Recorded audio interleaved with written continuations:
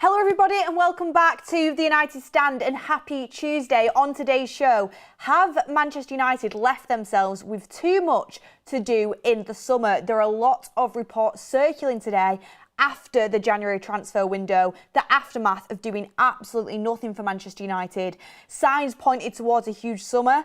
David Ornstein sort of dispelled or poured cold water onto them rumours earlier on this morning, but since then there's been more reports coming out about updates surrounding Harry Maguire's future, Bruno Fernandes's future, Elliot Anderson, our midfield targets for the summer, and I'm left myself sat here thinking, is there too much for Manchester United to actually do? Also, I want to talk a little bit about the possibility of bringing in Harry Kane. I just want to touch on it for a second. There's some news about Marcus Rashford apparently rejecting a return to Manchester United because he feels like he can win more at Barcelona. We'll talk about that. But ultimately, I also want this show to be a sounding board for you guys to get your comments in, get your opinions in. How are you feeling heading towards the summer now? It really is sink or swim for Manchester United. It's do or die. Can Carrick get Champions League football with the squad that we've got? Are we running the risk too high by not getting some incomings in the January transfer window? Or will it pay off for us? Will we get that Champions League football? What do we do in the summer? What are the priorities? Get your comments in. Let me know what you're thinking. Let me know what you're feeling. And thank you, everybody, for joining the show. Gosh, I need some water. So much to talk about. There we go. So let's get straight into it. So I want to talk a little bit. I mean, I don't want to go too much into detail about it because I feel like we've spoken about it quite a lot, but it is an update, so I am going to bring it into the show, and it is the midfield. So Rich Fay has been speaking about Manchester United and how they're feeling off the back of the January transfer window. So this is the report that's coming in, and it is: Manchester United had no interest in short-term signings this winter, insisting any arrivals fit long-term plans regardless of the next permanent head coach. They considered adding a central midfielder but deemed it unnecessary, prioritising a midfield refresh this summer with 2 additions expected.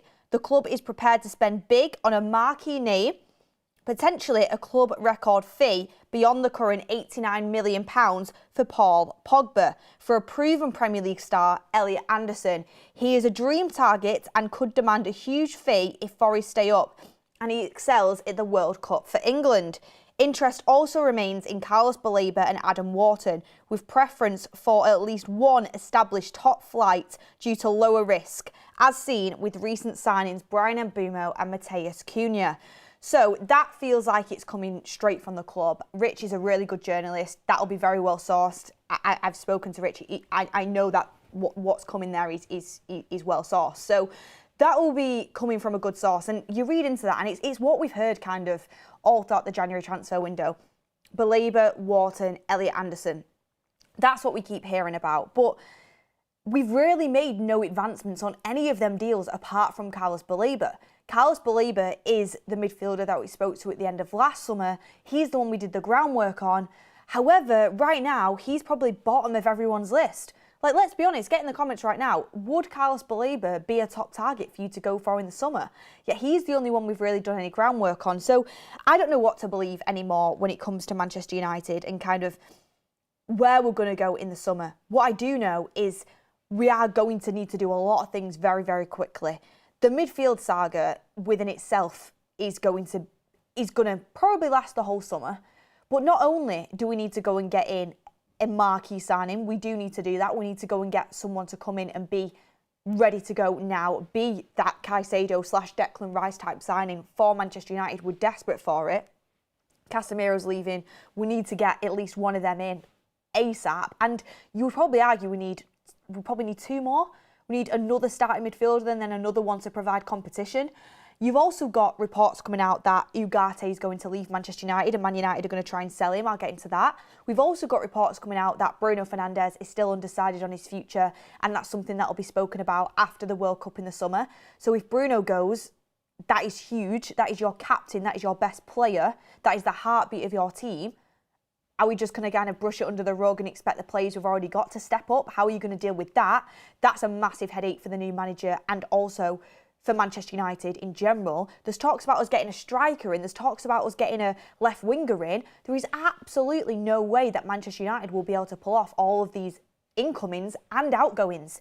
There is so much for us to do, and it's a World Cup summer where it's going to be difficult to speak to players and difficult to get deals over the line while that World Cup is on.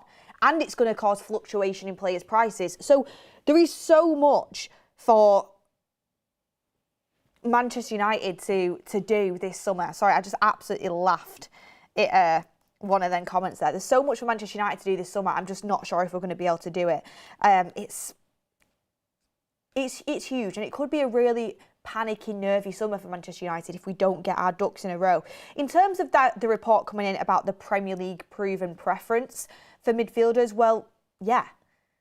I mean, not every player you get in has to be Premier League proven. We've seen multiple times before, players come into the Premier League who haven't played in the Premier League before and being absolutely fantastic. That can happen, but Premier League proven does often make a more seamless transition and gives you a better success rate. You have more chance of that signing being successful, and we saw it with Brian Mbeumo and Cunha this summer. That transition to the Manchester United team, it's much more seamless, and you have a lot more confidence that them type of players are going to work out because they know the league, they've done it, they've shown they can compete in the best league in the world. So, you kind of got to learn sometimes from that Sancho, Donny van der Beek, the Antony type signings where you go all in on a player that's doing really well in a different league, but it doesn't translate to the Premier League, and we've learnt the hard way with that one before. So, you look at Baleba, Wharton, Anderson, them profiles do make sense. Wharton's very technical, a controller. I would like to have more creativity from that position, I'm going to be honest. I know Wharton is absolutely massively high up on so many people's lists. I think he's a really good option. I think he's a good player. I don't know if I see him being a Manchester United signing, to be honest with you, just out of what we need. I think Kobbie Mainoo can do that role. I don't think we need Adam Wharton whilst we're going to be building around Kobbie Mainoo. I know they're very different in certain aspects, but they're both controller-type midfielders. The Baleba and the Anderson, athletic powerhouses, box-to-box, are going to be tenacious, going to get around the pitch, both technically good on the ball as well, but I just think Anderson is that next level above. So I'd like to have an Anderson and Kobbie Mainoo working together, but you need another player in there as well. Angelo Stiller is one that I think looks very promising. If Bruno Fernandes does leave the football club, that's one you can go and explore. Bruno Fernandes, you're never going to be able to replace Bruno Fernandes. You're just not. And I actually think if Manchester United get Champions League football, Bruno Fernandes is going to stay. Stiller is the type of midfielder that would probably replace Bruno if we were still playing in that two-man Amorim midfield where Bruno was playing as a midfielder, as a number 10. Stiller isn't the like-for-like Bruno replacement. So does Cunha move into the middle and take over that role? But you still need someone else anyway because you can't rely on Mason Mount. There's just so many headaches all over the pitch for Manchester United heading into the summer. On the pitch, you've got a team that seems to be working really well together under Michael Carrick. You've got players that are progressing, being played to their strengths and look full of confidence. And we do look like we're starting to get a very well-oiled starting 11 together. However, we absolutely do need improvements all over that pitch. We need to be aggressive in the summer. We need to have a plan, and it doesn't feel like that plan is entirely there. What are your number one top priorities? What is the first thing you're going to do? What plans have you already put in place? Because not only are we being linked to 2 or 3 midfielders, outgoings left, right and centre, a striker, a left winger, fullbacks, we've also got a manager decision to make. We've also got to know, is Michael Carrick going to have the full-time job if he continues the way he is? When are we going to start interviewing candidates? Who are your candidates that you're interviewing? When is the manager going to be announced? Is it going to be before the World Cup? Is it going to be after the World Cup? Is the manager going to have any hand in the recruitment whatsoever? There is so many unanswered questions, and it just feels like there's a hell of a lot to do and not much time to do it. It's like when you leave your homework till the night before, or you leave your uni dissertation that you're supposed to do over the course of 6 months to a year till the week before, and you sat there thinking, oh my gosh, I'm going to have to pull about 3 all-nighters to get this done. Definitely wasn't in that position when I was at uni. Definitely wasn't. But it's one of them with Manchester United. I just don't see how they can get everything to the best possible point, which is what we expect in that short amount of time. I really want to start to see. I mean, yes, I'm disappointed with the January transfer window. I think every United fan is massively disappointed with the January transfer window, but it's gone. We can't keep harping on about it. We can absolutely express our disappointment, but for me, I'm the type of person that I like to be glass half full. I like to look forward. What can we do now? What can I expect now? And right now, what I expect from Manchester United is for them to get their ducks in a row and start having conversations with targets for the summer and get everything lined up. Where do you go to first? Are you going to have conversations with players that are going to be leaving the club? What is happening with the manager situation? When is that going to start to take shape? They're all things that I'd like to see Manchester United sort out within the next... sort out very soon, to be honest with you. Because all we've been hearing for such a long time is Anderson, Wharton, Belabor, Anderson, Wharton, Belabor. But what is actually the plan? And beyond that, where are we going next? Who's going to be moving out of the club? What is the priority for you in the summer of positions? And that's something I'd like to know. And it's not as if I want a whole leak on our summer transfer business and when exactly we're going to be doing it. But it just feels like it's the same message over and over again. And it's, time is ticking, especially in a summer where you've got a World Cup. So let's see. We've got a super chat coming in. We've got people getting their comments in. Smash a like on the video if you've not already. Daniel Thompson says, hope you're well, Beth, and the United stand. There's so much to do in the summer. It has to be a home run from this ownership. Do I trust them to do that? No, but I hope they prove me wrong as we can't have any more mistakes. Absolutely bob on, Daniel. Thank you very much for getting your super chat in. Keel Robinson says, who we can get will change if we get Champions League. That's true. That is quite true, Keel. For example, not every target we have in line or we would want to go for is going to want to sign for us if we don't get Champions League football. Champions League football makes Manchester United a much more attractive proposition. Take yourself back to the Europa League final last year. If we had won that Europa League final, we would have Liam Delap up front for Manchester United currently. And part of me thinks, I wish we were in the Champions League, but I think we actually dodged a bullet with Liam Delap, and it's one of them. He's had a lot of injuries at Chelsea, and that's completely derailed him. And I thought at Ipswich he looked promising, but Liam Delap, to me, when I watch him play for Chelsea currently, and Liam Rosenior might be able to get a tune out of him, and I'll say this now, and he'll end up going on and doing really well. But I think the difference between João Pedro and Liam Delap is night and day. I think João Pedro looks like a top quality forward player that should be playing for a top team and definitely a top 4 team. And I think Liam Delap, to me, I think he looks like Højlund 2.0. And Højlund's doing pretty well in Napoli now in Serie A, but he couldn't quite crack it in Manchester United. And I think Liam Delap, I don't think he would have been the answer to Manchester United's problems if we did end up going and getting him after the Europa League final, to be honest with you. But, if we would have won that Europa League final, we might have gone and got Gyökeres. Gyökeres was another player that was super high up on that list. How many of the United fans wanted Gyökeres, was desperate for Gyökeres, and he was someone who we wanted to go for. We didn't quite have the same pulling power as Arsenal because we didn't have that Champions League football. Now, I think it's a good thing we didn't get Gyökeres or Liam Delap. So it's funny how things worked out, because I think if we had Gyökeres right now, I would be kind of a little bit gutted with that signing. I think he's a decent forward. I don't think he's anything special for his age and where he's at in his career. And although Sesko hasn't fully started firing yet, I think he's got more potential than both of them two players. So let's see where we go, depending on whether we get Champions League football or not. It's not always the be-all and end-all, but when you're going into the midfield market and you want to get them top-quality players, you really want to have Champions League to show them. If you want to make a Declan Rice type signing, if you want to make a Caicedo type signing, we're not going to offer the biggest wages in the world. That's just not the structure right now under INEOS. We're not going to offer the biggest pay packet. But what we will do is we'll try and, package up, we're Manchester United. This is our plan to get back to the top. We're now in Champions League football. Come and be part of it. That's the kind of package that United will put together. So Champions League football is important, and it's something that you can get a player's buy-in. For example, with Elliot Anderson, if he's got City lining up with Champions League football, if he's got Chelsea lining up with Champions League football, if he's got United lining up without Champions League football, he's probably going to look at the other clubs of Champions League football and think that is a really attractive element to what you're presenting to me. If Manchester United has that as well, I think it's I'm not saying it's an easy sell, but it's a much easier sell. I think if you have City, United and Chelsea all lining up with Champions League football and you're Elliot Anderson, I don't know if it's the red-tinted glasses, but I would choose Manchester United. I'm going straight into that midfield they've been desperate for this type of profile for such a long time.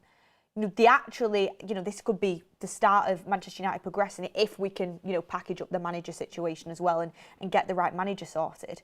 And with City, you could be in and out the team. Who knows what's going on with Pep Guardiola?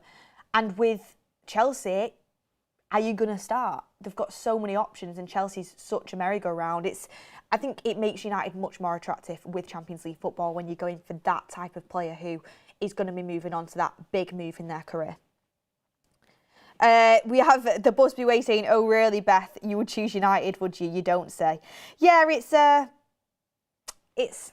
red tinted glasses, but Manchester United have been desperate for that midfield position for such a long time. If you come in and you do well and United start flying, you are in such a good position as a footballer. So it's a risk though, because many Manchester United careers have come to die at this club. Many careers have come to die at Manchester United, and it's a risk. But we want to change that. We want to change the direction of when we bring players in, and hopefully they can follow in the footsteps of the likes of an Mbeumo, of a Cunha. Do you know Mbeumo and Cunha, and if they continue to have good seasons, and I know Cunha kind of started firing quite recently, but if Mbeumo and Cunha continue to have very good seasons, that image portrayed to the rest of the footballing world, it massively helps us, because Manchester United have had a reputation for a long time now of players having exciting careers and big prospects, and the sky's the limit, and then they sign for United and it dies and it's hard to come back from. That has been Manchester United's reputation in the transfer market. Cunha and Mbeumo both turned down Champions League clubs to come to United in a dire situation after we finished 15th, and if they can continue having the impact that they've had, it's a brilliant sign for other players who are thinking about signing for Manchester United, because they think, oh, I can do that. Mbeumo was one of the best forwards in the league before he joined Man United, and he still is, and he's been a huge success at United.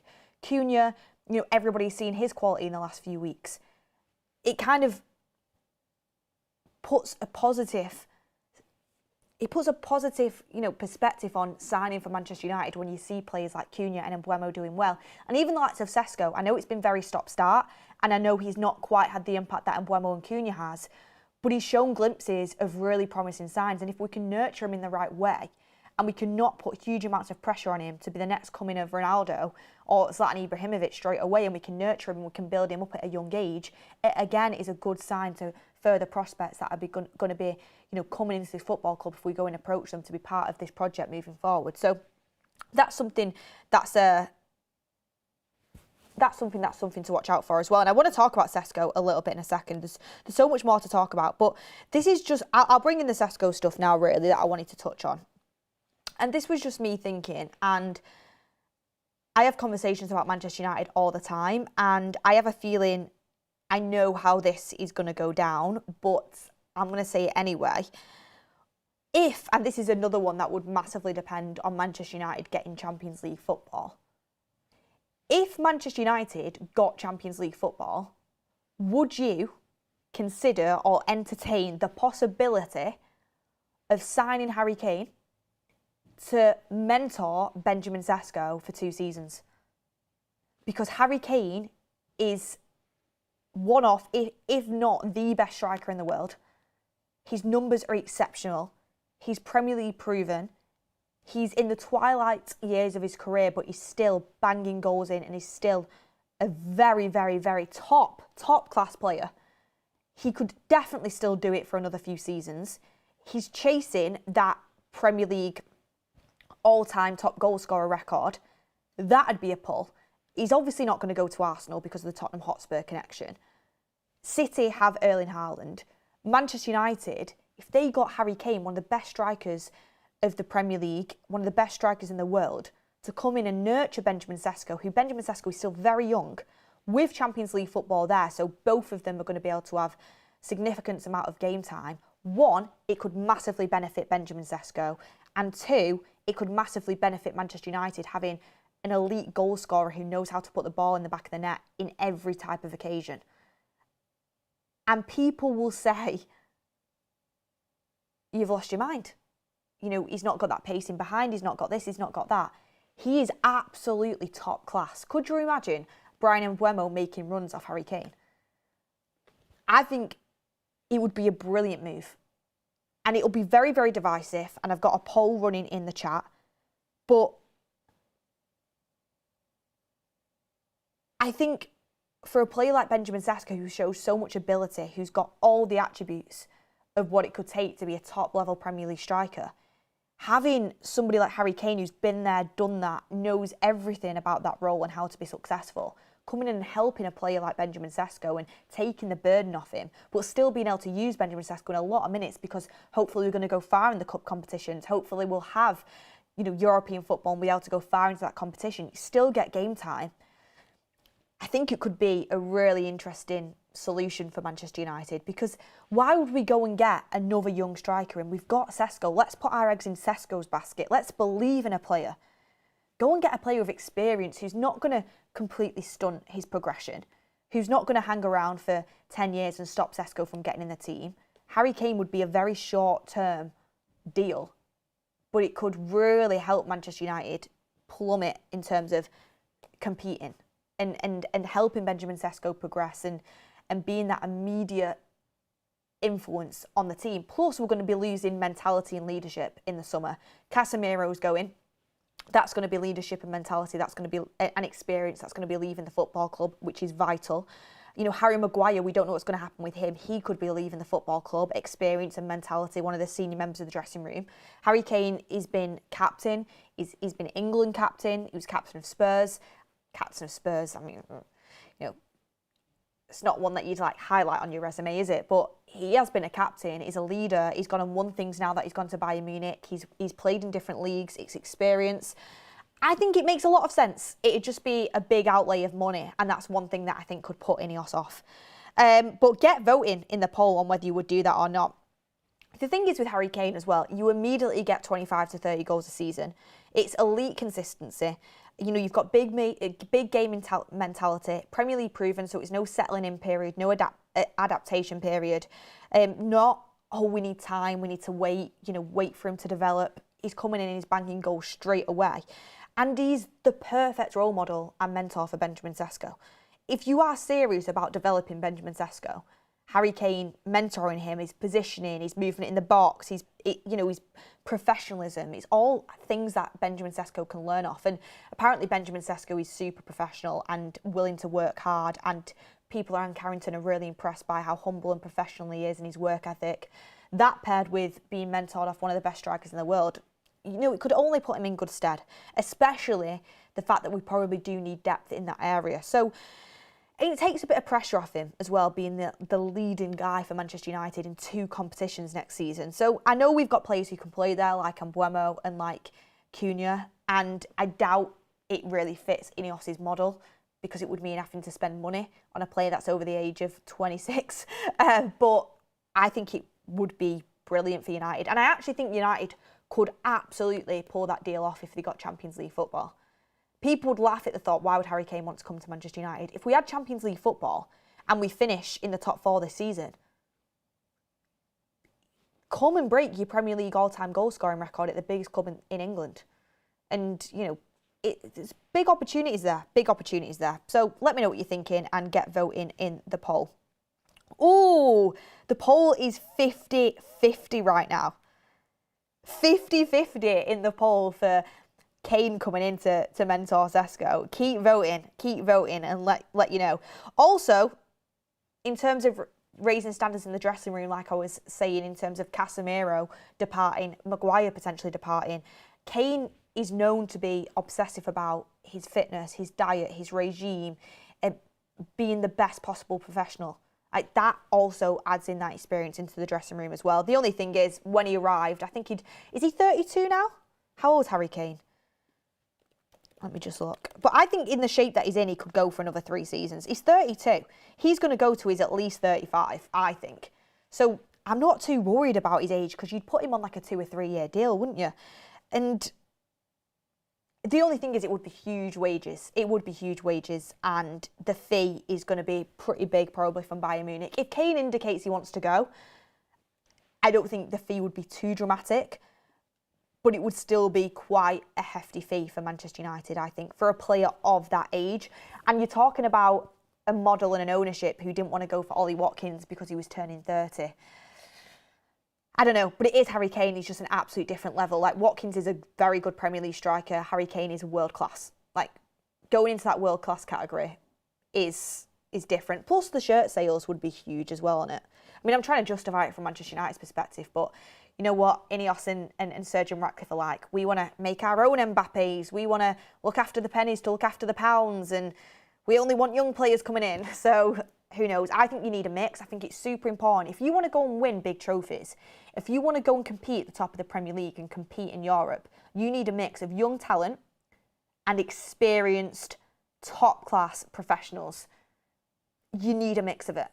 And I think if you get that mix right, that's when you make the perfect concoction. So I think United, if you want to be super successful, we need players for the now, but we also need players for the future, and then combining together. And that kind of fits the model that I think would direct us towards having that perfect mix. But I'm not INEOS, am I? And I doubt they'd want to outlay that money on a player of that age, even though he's world class. Keel Robinson says, Beth, would you bring back Ronaldo? No, not now. I mean, I love Cristiano. I absolutely love Cristiano Ronaldo. He is the greatest of all time, in my opinion. And I really, I kind of have nightmares about the way it ended with Ronaldo, because I wanted that second period to be super successful. And I feel like at the time, we probably didn't get the credit that he deserved. I mean, what he did in that Manchester United side with everything that went on, I think shows how good of a striker he is. I wish it ended differently. But right now, with everything that's been and gone, I just want to remember Cristiano Ronaldo as the best of all time, the greatest of all time, and one of the best Manchester United players I've ever seen play live. And I don't think we'd go back down that rabbit hole again. I don't think so. So I wouldn't be looking to bring Cristiano back. His wages are absolutely off the scale as well. And how old is Cristiano now? Let me have a look. He's 40 years old. I know he's 40 years old, and I bet his physical body is in the shape of like a 27-year-old because he looks after himself that well. But Cristiano Ronaldo, as a player at Manchester United, I think that chapter is closed. Who knows in the future if he'll have any sort of involvement in terms of the ownership. He said before it's a big dream of his. And what I will say with Cristiano is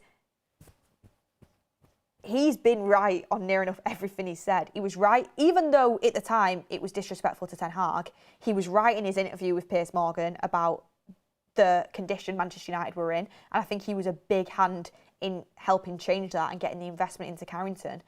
And he was also right about Michael Carrick. Said it at the time when Carrick was interim manager. He was right about him. Class player, class person, and thinks he's a good manager. And here Michael Carrick is. 3 games, 3 wins, still unbeaten. Listen to Cristiano. He makes Harry Kane look like a youngster, says one of the comments. Carlo Montana says, if Bruno goes, Vitinha is the only right choice.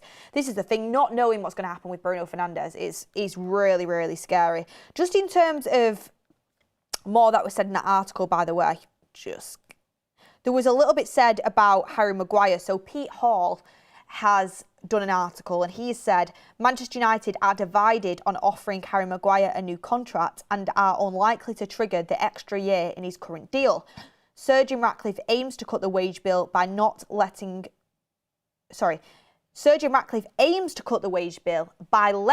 top earners like Casemiro leave, but Maguire could be an exception, willing to take a pay cut of around £80,000 per week. No final decision has been made. So basically, to summarise that, Harry Maguire would be willing to take his wage down. He's on about 190 a week now to 110 grand a week to stay at Manchester United. And it's a big difference to Casemiro being on 350 grand a week. And even though Manchester United's aim is to cut the wage bill, as you've seen with Sancho, Rashford leaving and plays Casemiro, huge wage, leaving, Harry Maguire being a well-valued member of the squad and still putting in really good performances, if he could cut his wage down, Manchester United could be open to offering him a new contract. He is attracting interest from other clubs, which I knew would happen. He will get a Premier League club straight away if he leaves Manchester United. He's very well thought of and he is still putting in really good performances.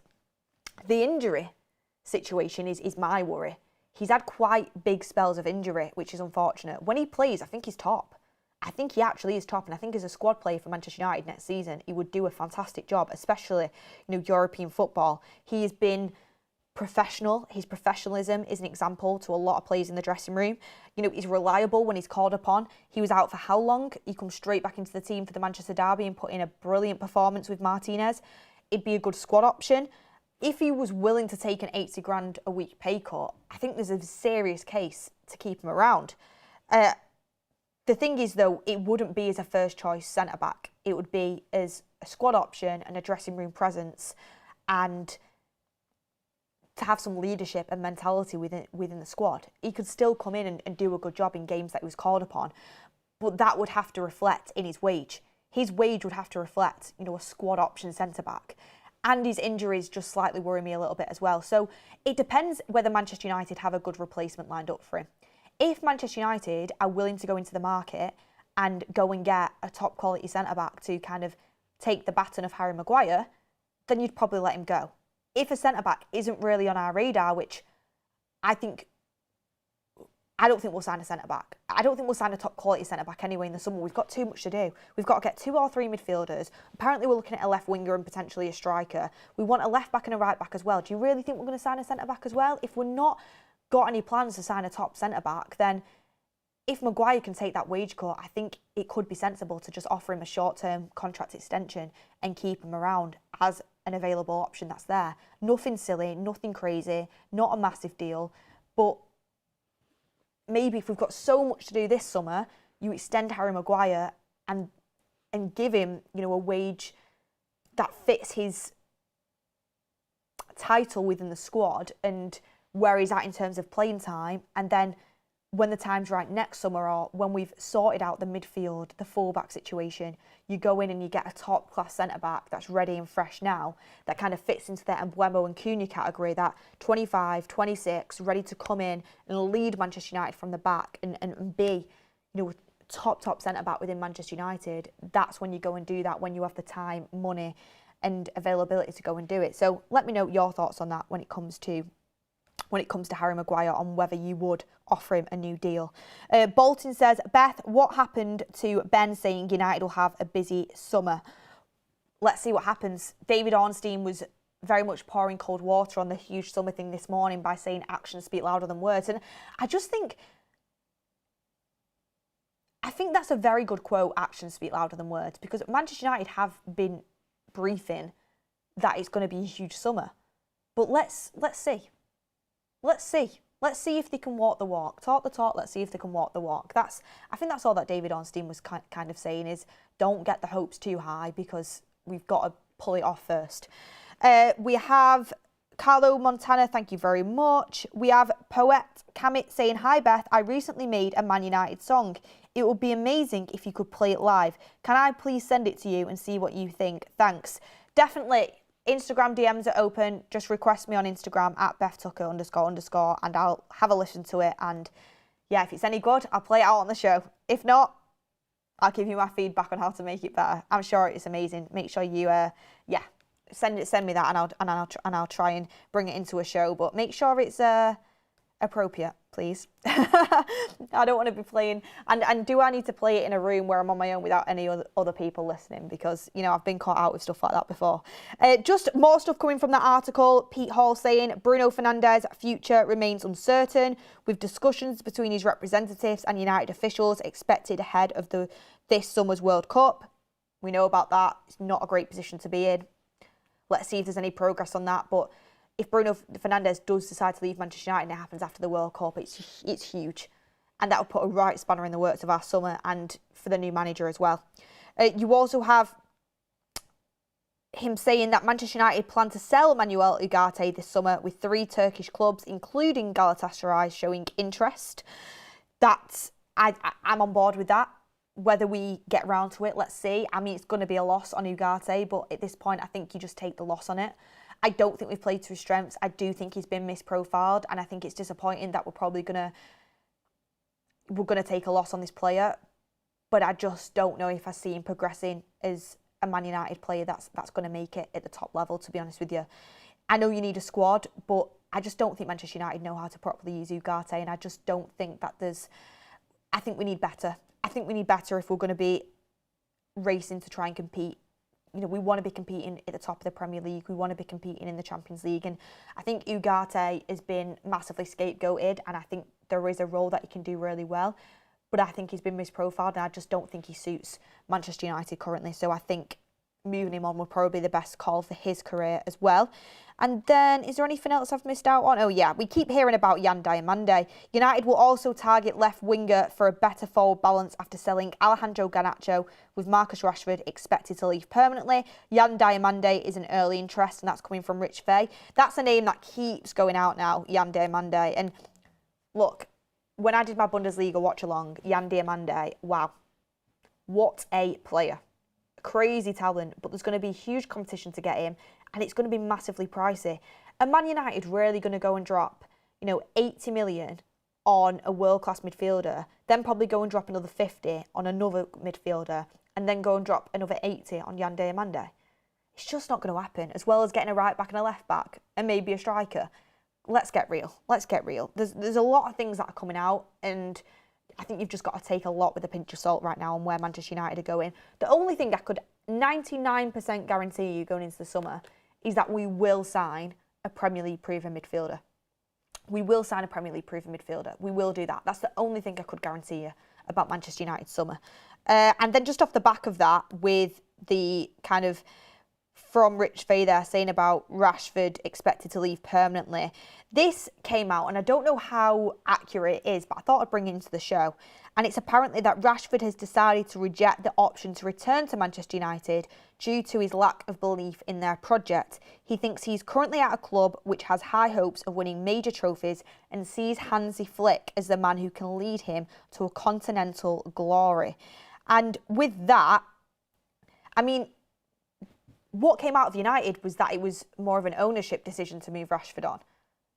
And to be honest with you, the report coming out that Michael Carrick would want to bring Marcus Rashford back, I'm not sure how true that is. Marcus Rashford's doing very, very well at Barcelona, and it's good to see. It's good to see one of our own doing really well out there. And I'm not surprised if he wants to stay. I think that chapter is closed. And I think Marcus Rashford should stay at Barcelona. I think it's been good for his career. And I think Manchester United should move on. Cunha's got the number 10 now. I think Manchester United should move on. Maybe in his twilight years, he might have a stint back at Manchester United. But I think Rashford's where he's going to be most successful now. And Manchester United are probably going to move on to a different target in the summer. So I wouldn't really say it's Marcus Rashford saying, no, I'm not coming back. And United's there like, please come back, Marcus. I think it's mutual. I think Manchester United are happy to get the wage off the books and are going to be moving on to future signings in a future project. And Marcus Rashford probably thinks, wow, I'm loving life over in Barcelona. I'm doing really well. I've got a top-class manager who is working with me, and I've got a real good opportunity of winning a lot of trophies here. I think it's a mutual thing, and it's as simple as that. Look, everyone, smash a like on the video if you're not already. Thank you, everyone, for getting involved. The aftermath of the January transfer window, which brought nothing to Manchester United, but dissected it a little bit, getting into the news stories, and opinion is what it's all about. So thank you, everyone, for getting your opinions in. In terms of signing Harry Kane to mentor Sesko, 53% of you say yes, 47% say no. So it's super, super close. I'm so surprised that 47% of people say no. He's world class. His goal output is one of the best in the world.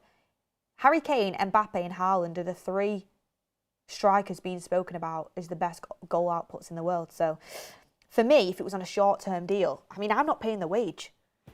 I think if Manchester United gets Champions League football, that's it's more in touching distance than you would think. But it's an interesting talking point, and thank you for getting your comments in. Comment down below, actually, on this video why you would or wouldn't want Harry Kane after voting in that poll and what your thoughts are on it. And also, before I do love you and leave you, remember, you've got some cracking football tonight on That's Football. You have Arsenal versus Chelsea watch-along with Mark at 8 p.m. It's the second leg of the Carabao Cup. Who do you want to get through, by the way, in the Carabao Cup? Who would you rather win tonight? Chelsea or Arsenal? I think for me, it's difficult. It's difficult because the Arsenal no trophy conversation is just fun. It's fun to talk about. But also, Chelsea are a frustrating side for me at times. And I don't know. It's a difficult one. It's a difficult one, isn't it? Who would you rather win, Arsenal or Chelsea? But that is in the Carabao Cup tonight, the second leg. There's a lot riding on it. Make sure you join Goldbridge on That's Football at 8 p.m. kickoff. And tomorrow it is City versus Newcastle. Watch along with Mark at 8 p.m. as well, covering the Carabao Cup second leg. So let's see if Newcastle can do anything there. But I do think City will end up going through on that one. And then the Bundesliga on Friday night, 7:15 on That's Football. You have Union Berlin versus Eintracht Frankfurt. Make sure you are there to watch the live game, do a bit of scouting. You're watching the game as you're watching and listening to Goldbridge commentate on it. It's a really interesting concept. You're there every single week and it's great to get some insight into the Bundesliga, which is a progressive league that the Premier League are delving into for a lot of their summer signings and a lot of talent. So it's good to keep an eye on that. But look, everyone, thank you for watching. I appreciate it.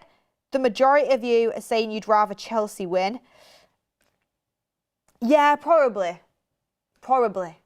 just. But Liam Rosenior, he's had a good start, hasn't he? He's had a good start results-wise. I mean, the way they play has not massively impressed me, but results-wise, you can't deny he's put a few decent results together. But it's like at the start of the season when Liverpool were winning, and I looked at it and I thought, that's not going to last, that. They're not playing well enough in games, that will start falling apart. And you never know, it's just the start of Liam Rosenior's career at Chelsea, so he might work on things and they might get better every week. But at the moment, they're getting results, but when I'm watching them play, I don't think they're playing that well. So I do think they have to increase their performance levels if they want to win tonight in the Carabao Cup. But let's see who does it, Arsenal or Chelsea. But thank you everyone for watching. Thank you everyone for getting involved. Have a lovely Tuesday, and I will see you on the next one.